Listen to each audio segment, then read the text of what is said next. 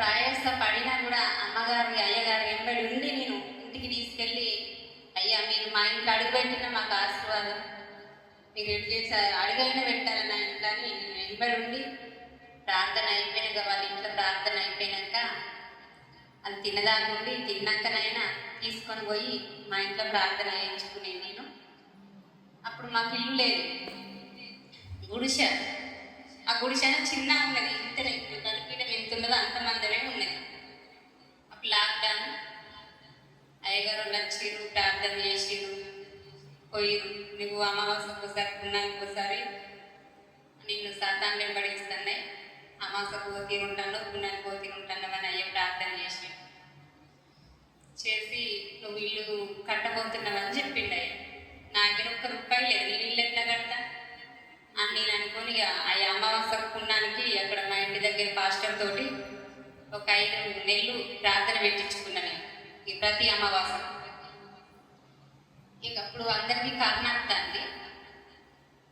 మా బిడ్డకు గోగుడు వచ్చింది బాగా, నాకు తగ్గత్తాను, తోటేరాటికి పనికి పోతాను, నాకు బాగా తగ్గత్తాను, నాకు గోగుడు వచ్చింది. ఆర్ఎంపీ డాక్టర్ తోటి 2 సూదులు వేయించినాను. ఆ డాక్టర్ కరుణ వచ్చిందట, మాకు తెలియదు. సూదులు వేయించినారు. సూదులు వేయించినాక ఏమైంది, ఈమెకు మళ్ళీ తెల్లారి మస్తు జ్వరం వచ్చింది. మా అమ్మ మా ఇంటిపైన ఉన్నది, మా అమ్మకు జ్వరం వచ్చింది, ఈమెకు జ్వరం వచ్చింది. నైట్ 12 అవుతుంది.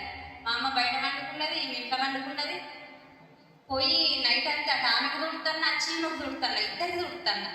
ఫుల్ జ్వరం అంటే మస్తు జ్వరం. నా బిడ్డకైతే ఊరంగా వచ్చింది. నైట్ అంతా తడిగుడ్డతో తుడుచుకుంటూనే ఉన్నా. ఆరాధన ఛానల్ పెట్టుకున్నాయా టీవీలో, ఆ ఛానల్ వాక్యం వినుకుంటా ఆమెకు తుడుచుకుంటూనే ఉన్నా. ఎప్పుడు తెల్లారుతుందని చూసుకుంటున్నా ఉండి. తెల్లారి దేవాన్ని ఇచ్చిద్దాం అనుకొని హాస్పిటల్ పోయాను. మా అమ్మని తీసుకొని పోయిన, ఆమెను తీసుకొని పోయిన, ఆటో ఎంగేజ్ పట్టుకొని జరుగుకుంటూ పోయాను హాస్పిటల్. పోయినాక ఈమె టెస్ట్ చేసింది మా బిడ్డకి. అమ్మ ఈమె ఫాస్ట్ వచ్చిందని చెప్పిండు డాక్టర్. ఫుల్ ఏడ్చినాయా ప్రభు, నాకు ఇందామంటే ఇల్లు లేదు, నాకు 2 కొడుకులు, 1 బిడ్డ, మా ఆయన అంత పురుషులు మేము ఉండాలి, నాకు ఉందామంటే ఇల్లు లేదయ్యా. డాక్టర్ కాళ్ళ మీద పండుగ ఫాస్ట్ వచ్చిందన్న మనం టెస్ట్ చేసినాము, మాకు ఇల్లు లేదు ప్రభు, మేము ఏడు ఉండాలి, మరి అందరం ఒక కన్నే కదా ఉంటుండ్రు, నా బిడ్డ రోజు పెట్టి మేము ఎట్లుండాలి అని ఏడిచి మళ్ళీ ఏం చేసి మా అమ్మని మా కొన్నింటికి తనుడు, మరి ఆమెకు ముసలి ఆమె తట్టుకోదు కదా, ఆమె మా ఇంట్లో ఉంటే ఆమె కూడా జనమే ఉన్నదని అట్టుకొని 2 భర్తలని కూర్చొని నా బిడ్డను పట్టుకొని మా అమ్మని పట్టుకొని వచ్చి మా అమ్మని మా కొన్నింటి ఇక్కడ పడగొట్టి ఈమెను తీసుకొని ఇంటికి పోయినా. ఇంటికి పోయి ఇక మా పెద్ద కొడుకును, మా ఆయన, మా చిన్న కొడుకుని మీరు బయటనే ఉండు, నాన్నతోటి ఇంట్లో ఉంటా అని ఇక ఫాస్ట్ అంటే ఎవరన్నా అప్పటికి మంచి నీళ్ళు కుడిస్తలేదు. ఎట్లున్నది ఘోరంగా ఉన్నది పరిస్థితి. ఇక ఆమెను పట్టుకొని నేను ఇంట్లోనే ఉన్నా, నా బిడ్డ కంటే ఎక్కువ నా బిడ్డను పట్టుకొని ఆమెను తోడుచుకుంటాను, గోరీలు వేసుకుంటా ఆమెను పట్టుకొని ఉంటున్నా. అప్పటికి 3 రోజులు అవుతుంది. మా పెద్ద కొడుకు పనికి వేడి చేస్తారు, పనికైనా పీజీ చేసిండు. అయినా నా పిల్లలు ఏ పని అంటే ఆ పని చేస్తారు. ఈ పని చేస్తే చిన్నతనం అనుకోరు, ప్రతి పని చేస్తారు నా పిల్లలు 3. ఆయన పనికి పోయిన అక్కడికి మధ్యాహ్నం 10 గంటలకు అన్నానికి వచ్చింది. మళ్ళీ ఆయన ఫుల్ జ్వరం వచ్చింది. ఓ గజగజ అనుకుతాడు, ఒక జ్వరం కాదు. అమ్మ నీ బిడ్డకు వచ్చింది కదా, నువ్వు నీ బిడ్డను ముట్టుకుంటున్నావు కదా, అత్తే నీకు కూడా వస్తుంది అని డాక్టర్ చెప్పిండు. అయ్యో మన నా కొడుకుని ముట్టుకోవాలంతా, నా కొడుకుని ముట్టుకోవాలంతా అని నాకు గుండె ధరిస్తలేదు. ఇక ఎట్లా నా కొడుకు ఎట్లయినా మంచిది ముట్టుకుంటే నా కొడుకుని అని ఇట్లా ముట్టుకునే వరకు ఫుల్ జ్వరం. నా కొడుకు దస్తి తీసుకొని తల మీద వేసుకొని పండుకున్నాడు. ఇక ఆయనను ముట్టుకొని మళ్ళీ ఆయన మొత్తం తూడిచి ఇక బాగా ఏడిచిన. పైసలు లేవు ఇంట్లో, బియ్యం ఉన్నాయి. ఇక ఒక 50 కిలోల బియ్యం వేరే వాళ్ళకి అమ్ముకొని అయ్యకు ఫోన్ చేసినాడు. అయ్యా ఇట్లా జ్వరం బాగా వచ్చింది అయ్యా, మా బిడ్డ హాస్పిటల్కి పోతే పాజిటివ్ అని చెప్పిండు డాక్టర్ అని ఏడ్చుకుంటే ఫోన్ చేస్తే అయ్యా వేరే గోళీలు తెచ్చేయమ్మా, మళ్ళీ మా కొడుకు కూడా వచ్చింది అయ్యా జ్వరం, అయ్యా ఇంట్లో పైసలు లేవు, మస్తు ఇబ్బంది ఉందని మాకు అని ఏడ్చుకుంటే ఫోన్ చేసి ఇక ప్రార్థన చేసి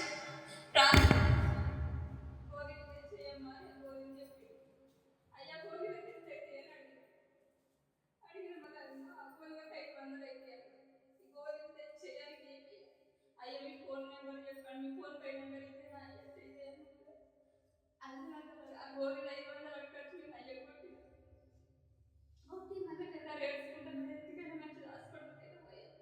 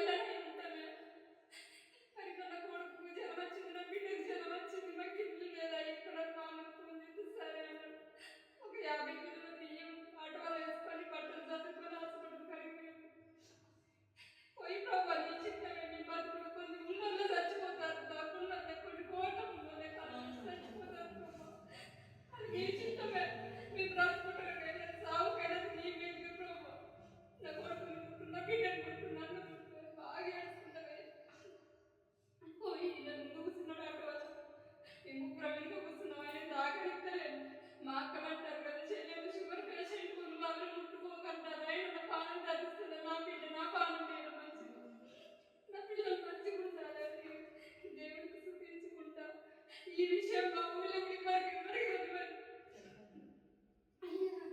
నేను సుధించుకుంటూ హాస్పిటల్కి పోయి మస్తు ఏడ్చిన. ఈయన తీసుకుపోతున్న డాక్టర్ అన్నాడు కదా, అమ్మ మీ కొడుకు కూడా ఇచ్చిండ్రా అని అడిగాడు. అన్న వాళ్ళు ఇక్కడ గుండెలు వలిగిపోతాను. ఓ నా దేవాన్ని ఎంత బతకాలి, ఎట్లుండాలి, ఎన్నో కొన్ని కోట్ల పైసలు పెట్టుకున్న బతుకుతుంది కదా అని డాక్టర్ చచ్చిపోయింది మా ఊళ్ళో అని గెలుచుకుంటున్నాయి. మా ముగ్గురికి టెస్టులు చేశారు, ఆయన పైసలు బాగాలేవు. మా ముగ్గురికి టెస్టులు చేయండి నా కుక్కలను ఫ్రీగా చేసి మా దగ్గరికి పైసలు తీసుకున్నాను. బాగా గడిచినాయి డాక్టర్ మరి చేసి మళ్ళీ దేవుడు చూసుకోవాలని మళ్ళీ దేవుడు వచ్చింది. ఇద్దరికి ముగ్గురికి ఎలాంటి రాలేదు. దేవుడు నాకు 4 ఇల్లు ఇచ్చింది. ఇప్పుడు అప్పుడు ఇల్లు లేదయ్యా, మీరు ఏడుండాలి, ఒక ఇల్లు ఉన్నా మీ ఒక్క రూములు వాళ్ళ ఒక్క రూములు ఉంటున్నారు. బాగా అప్పటి వరకు నాకు ఇల్లు కట్టుకోవాలని ఆలోచన లేదు. అసలు నా పిల్లలు చదువుకోవాలి, భవిష్యత్తు మంచుకుంటారు, దేవుడిలో ఎదగాలి అని ఇల్లు కట్టుకోవాలని ఏనాడు ఆశ లేదు. వాళ్ళని చిన్నప్పటి కాడించి కనసరికి అంగన్వాడికి కూడా తోలని కష్టపడుకుంటా. నా భర్త కూడా ఎక్కువ పని చేయకపోయేది. కష్టపడుకుంటా వాళ్ళని సెలవులు ఆదివారం అప్పుడు మాకు చర్చి లేక సాయంత్రం పెట్టేది ప్రార్థన. ఆ పిల్లలను తీసుకుపోయి చెట్ల కింద కూర్చుండబెట్టి ముగ్గురు ముందు లేరేది నేను ఒడి కట్టుకొని ముగ్గురు పని చేసుకుంటా, ముగ్గురికి బడి ఫీజులు కట్టుకుంటా. వీళ్ళ బడి ఫీజులు ఎట్లా, వీళ్ళ భవిష్యత్తు ఎట్లా అని ఒక్కరోజు కూడా నా భర్త ఆలోచించలేదు. నాకు తల్లిదండ్రుల నుంచి లేదు, అత్త మామల నుంచి లేదు. అప్పటి వరకు ఇంకా నా భర్త కూడా ఎక్కువ నాకు సహాయం చేయకపోయేది. ఏమన్నా పని చేసిన ఐడియా పట్టుకొని ఎటన్నా తిరిగి వచ్చే, ప్రభా నువ్వే ఉన్నావు, నువ్వే దిక్కు, నువ్వు నన్ను తండ్రి ప్రభా నువ్వు బలపరచాలి, నువ్వు ఎన్నడున్నా నా దేవుడు నన్ను దీవిస్తాడు, ఆశీర్వదించుతాడని అని ఊరికే ప్రార్థన చేసుకుంటూనే ఉండేది.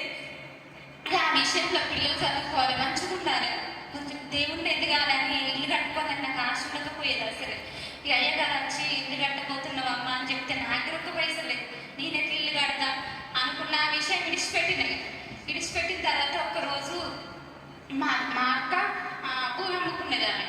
భూమి అమ్ముకున్నది. ఆ భూమి అమ్ముకున్న సంగతి కూడా నాకు తెలియదు. మా ఒక్కరోజుగా మా అక్క మా చిన్న కొన్నింటికి పోయింది. చెల్లెలు కూడా రారాదే, నువ్వు కూడా రారాదే అన్న వల్ల పోయినా. పోతే వాళ్ళు భూమి అమ్ముకున్నాడు. మా పెద్దక్క చెల్లె భూమి అమ్ముకున్నది కదా, చెల్లె మాకు మాట్లాడుకున్నారట పైసలు ఇవ్వమని. నేను అడుగుతలేదు, ఎందుకంటే అప్పు తెస్తే మళ్ళీ నేను ఎట్లా తీర్పగలుగుతా అని నేను అడుగుతలేదు. ఇక అది మా అక్క అన్నది కదా, ఇంత 2 లక్షలు, ఫస్ట్ 1 లక్ష రూపాయలు అడిగిన. దాన్ని ఇల్లు అంతే బిల్లు అంతే అప్ప చెప్తా అక్క 1 లక్ష రూపాయలు ఇవ్వాలి. వాళ్ళకి 1 లక్ష రూపాయలతో ఏం సరిపోవు కదా అని మళ్ళీ 2 లక్షలు అడిగిన మొదలే ఇక మా అక్క అమ్మని పడతాను. మా పెద్ద కొడుకు పరపిల్ల చదువుతాను. అక్కడ నువ్వు ఎందుకు అమ్మని పడతాను, నా కొడుకు సంతకం తీసుకొని మేము చచ్చిపోయినా నా కొడుకు తీరుకుంటాడు, నా కొడుకు సంతకం తీసుకొని అక్క అని మొదలు మా అక్క డబ్బులు ఇస్తానన్నా మళ్ళీ తీసుకోక ఇంటికి పోయి నా కొడుకు ఫోన్ చేసి ఆయన రప్పించి డబ్బులు తీసుకున్నాను. 2 లక్షలు తీసుకున్నాక అనుకోని రీతిలో ఇల్లు బాగా పెద్దగా పెట్టి 2 లక్షలు మేము ఒక 50,000 లోన్ తీసుకున్నాం. ఆ 2,50,000 మా పంటకు 20,000 వచ్చినాయి. అవి మొత్తం ఒక స్లాబ్ లెవెల్ పిల్లల వరకే అయిపోయినాయి. మేము కష్టం చేస్తానికి ఆ ఇల్లుకు సుతారులు పెట్టుకొని మేమే ఆనందించుకున్నాం. ఇక అవి అయిపోయినాయి. ఇక సృష్ట వాళ్ళు అంటారు కదా, వీడికి ఇంత ఇల్లు కట్టిండు, వీడు ఇల్లు కడతాడు, వీడు ఇల్లు ఏం కడతాడు, పని లెక్క పెట్టుకున్నాడు, 2 రూమ్లో 1 రూమ్ పెట్టుకొని రేకులు వేసుకోక అంటారు. అనుకోని దేవుడి చిత్తం అని అప్పుడే ఊరుకున్నా. ఇక మా లేచి సంవత్సరం అయిపోయింది. మళ్ళీ సంవత్సరం అయిపోయినాక మళ్ళీ సంఘంలోనూ తీసుకున్నా. అందరూ ఇక మా సంఘంలో ఎక్కువ మంది తీసుకోలేదు. వాళ్ళని అడిగితే వాళ్ళ పేరు మీద లోన్ రాయించినాక కూడా సాతానుడు అడ్డుపడతాడు. ఇక లోన్ చేతికి వచ్చినాక ఇవ్వమంటారు. లోన్ చేతికి వచ్చినాక మాకే అవసరాలు అంటారు. వాళ్ళ ఖర్చులు నేనే పెట్టుకున్నా అక్కడ తీర్మానాలకు దానికి. లోన్ చేతికి వచ్చినాక ఇవ్వమంటారు. ఏం ప్రభా నీ చిత్తం నా తండ్రి, నువ్వు ఎట్లా చేసి నువ్వే చేయి, నువ్వు ఇల్లు కట్టుతావు అని మాట్లాడే దేవుడు, అది నీ చిత్తమే, నువ్వు ఇల్లు కట్టియాలి నాకు అంతే. ఇక నాకు ఇల్లు కావాలని నేను అడగలేదు కదా అయ్యా, నువ్వే ఇచ్చినావు, అది నీ చిత్తమే అని ప్రార్థన చేసుకొని బాగా ఏడ్చిపోయి మళ్ళీ వాళ్ళ హృదయాలు మార్చుకొని నా పేరు మీద 2 లక్షలు, ఇంకొక పేరు మీద 1 లక్ష, ఇంకొక పేరు మీద 1 లక్ష, ఇంకొక ఆమె 40,000 ఇచ్చింది. ఇవన్నీ కట్టుకొని ఇక బేస్మెంట్ ఇక ఇంటికే 60,000కి 1 లక్ష రూపాయలు అయినాయి. అవి పెట్టుకొని 60,000 స్టాక్ లెవెల్ వేసింది. ఈ కష్టం అనుకున్నాం కదా ఈ పైసలతోటి. 1 రూమ్ లేపుకొని చుట్టూ రేకులు వేసుకుందాం, గోడలు అయితే లేపుకుందాం, 1 రూమ్ అందరం రేకులు వేసుకుందాం అనుకుంటాను. పైసలు సరిపోయేంత మాత్రం. మళ్ళీ తర్వాత ఇక అట్లనే పని అవుతుంది. ఇక 4 రూములు లేచినాయి చుట్టూ. ఇక లేచిన తర్వాత సుధారులు అమ్మ మళ్ళీ ఆగిపోతే అట్నే అయిపోతుంది, ఎవరైనా అప్పట్టుకొచ్చుకోవాలి పైల పని స్లాబ్ వేసుకొని మళ్ళీ రేపులు ఎందుకు వేసుకుంటారు, కింద ఇల్లు కట్టి ఈ ఇటుక కాడికి పోతే ఆ ఇటుక నార్మల్ ఇటుక తెచ్చి పెట్టుకుంటాం అనుకుంటే ఆయన ఇట్లా 4 రూములు పెట్టుకున్నామంటే 4 రూముల బిల్డింగ్ 2 కొడుకులు అంటారు. ఈ నార్మల్ ఇటుక పెడతారా అమ్మ, లైట్ వెయిట్ ఇటుక పెట్టు అని ఆయన 20,000 ఇటుక ఆయన ఇచ్చింది. పాపం ఆయనకి ఇంక 25,000 ఇవ్వాలి. నార్మల్ ఇటుక పెడతారా అమ్మ ఇల్లుకు, అట్లా పెట్టుకోకూడదు. ఇక నార్మల్ ఇటుక అందు లైట్ వెయిట్ ఇటుక పెట్టుమని ఆయన ఇచ్చింది. అయింది 7,000 పెద్ద అవుతాండి, పైసలేమో చేతులు లేవు. ఎట్లా ఇక సుతారులే అమ్మ నువ్వు ఇళ్ళ కాడ ప్రార్థన చేసుకుంటూనే ఉంటాను. ఇక ప్రభా నీ చిత్తమే. ఈ సుతారులు అమ్మ కళలు అడుక్కో, ఎవరైతే ఇయ్యరు అని అనుకున్నాను వాళ్ళే 1 లక్ష రూపాయలు, 1 లక్ష, ఒకరు 50,000, ఒకరు 60,000 అట్లా 15 లక్షలు అప్పు పుట్టించిండు నాకు దేవుడు. 4 రూమ్ల ఇల్లు అయింది. అప్పు మా అంటూ మేము కష్టం చేస్తే 1 రూపాయి కూడా లేదు. మా అంటూ 1 రూపాయి లేదు. దేవుడు 15 లక్షలు ఇచ్చిండు. ఇల్లు ముగ్గు పోసేటప్పుడే సుతారులు అన్నాడు కదా, ఈ ఇల్లు మొత్తం గిలాబు అన్నీ అయ్యే 30 లక్షలు నిండుతాయి, ఇంత ఇల్లు నువ్వు కట్టగలుగుతావా అన్నారు. అంటే దేవుని చిత్తం. నేను కూడా అంత పెద్దగా పెడతారు అనుకోలే, వాళ్ళే నిర్ణయించుకొని పెట్టి ఇల్లు అంత పెద్దగా ఇల్లు. నా కుటుంబం కోసం, అప్పుల కోసం సంఘస్థులందరూ ప్రార్థన చేయాలి. అమ్మగారికి అయ్యగారికి నా హృదయపూర్వక వందనాలు. అది మా కోసం ఎప్పటికీ అయ్యగారు అమ్మగారు ప్రార్థన చేయాలి. మమ్మల్ని మర్చిపోవద్దు. మేము అయ్యగారికి అమ్మగారికి కూడా పడుకున్నాం, దేవునికి కూడా పడుకున్నాం. మొన్న కూడా ఎలక్షన్లలో అయిన వార్డు నెంబర్కి నిల్చుంటే మా ఉన్నోళ్ళతోటే పోటీ అయింది. ఈయన వాళ్ళు వచ్చి వీడికి వెళ్తాడా అంటారట. ఈయనను కూడా ఒకవేళ బిడ్డ కట్టుకున్నాడు, నువ్వు వెళ్తే 5,000 ఇస్తారా అన్నాడట. ఈయన నామినేషన్ వేసి వచ్చింది కూడా నాకు తెలియదు. నేను ప్రార్థనకి వెళ్ళినా వేసి వచ్చినాక నామినేషన్ వేసి వచ్చినా అని చెప్పినాక ఇక నా బిడ్డ నేను కూర్చొని ప్రార్థన చేసుకున్నాం. దేవుడు మాకు పేరెప్పన కలిగించిండుగా, గెలుతాడని పేరెప్పన కలిగించిండుగా. మాకు బాగా నమ్మకం ఉన్నది నా బిడ్డకు. నాకు ప్రార్థన చేసుకుంటూనే ఉంటాను. ప్రభా అన్నిళ్ళ మధ్యలో మనం అవమానం చేయదు, ఎందుకంటే మేము ఎన్నడూ దేనికి ముందడుగు వేయలేదు. ఇప్పుడైనా ముందడుగు వేసిండు, అది నీచితమే. ప్రభా మమ్మల్ని తోకగా ఉంచాలి, నువ్వు తలగా ఉంచాలి అని నా బిడ్డని బాగా ప్రార్థన చేసుకుంటాను. ఒకైనైతే 5,000 నువ్వు గెలితే 5,000 ఇస్తారని బిడ్డ కట్టిండట. మా పాలైనేమో ఆయన 2 సార్లు వేసింది వార్డు నెంబర్కే, ఆయన ఓడిపోయిండు. ఆయన కాలు చెప్పాల్సిన గాలి కలుగుతారా ఏ పార్టీ తరఫున కూడా ఆయన నిలవాలి, ఇండిపెండెంట్గానే వేసిండు. ఇక దేవుడు అట్లా కూడా ఈయనని గెలిపించిండు. దేవుడు మమ్మల్ని స్థిరంగా బల